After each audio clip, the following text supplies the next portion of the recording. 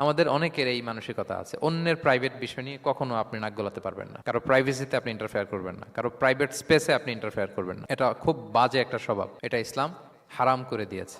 আমাদের অনেকের মধ্যে আছে খুঁটে খুঁটে, ভাই এটা কি ওইটা কি করছেন, সরকারি চাকরি না প্রাইভেট চাকরি, বেতন কত, বয়স কত, ওইটা কত, হাবি যাবি, এটা তার ইটস নট হিজ বিজনেস। তারপর মানুষ খুঁচিয়ে খুঁচিয়ে নিঃসন্তান দম্পতি আমি দেখেছি, তাদেরকে পেলে অনেকে, ভাই কি সমস্যা, কয় বছর হইল, বাচ্চা নিচ্ছেন না কেন, কবে হবে, কার সমস্যা, আপনার সমস্যা না ভাবির সমস্যা, বেটা তোর কি সমস্যা ওটা বল।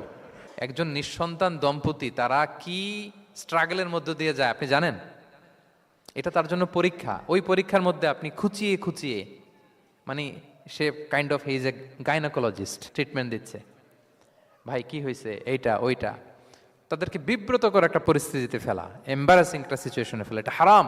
এই ম্যানারগুলো ইসলাম আমাদেরকে ধরে ধরে শেখায় যে এটা তোমার বিজনেস না, তুমি খুঁচিয়ে খুঁচিয়ে মানুষের ব্যক্তিগত বিষয় যেটাতে সে বিব্রত বোধ করে, এগুলো তুমি জিজ্ঞেস করতে পারো না।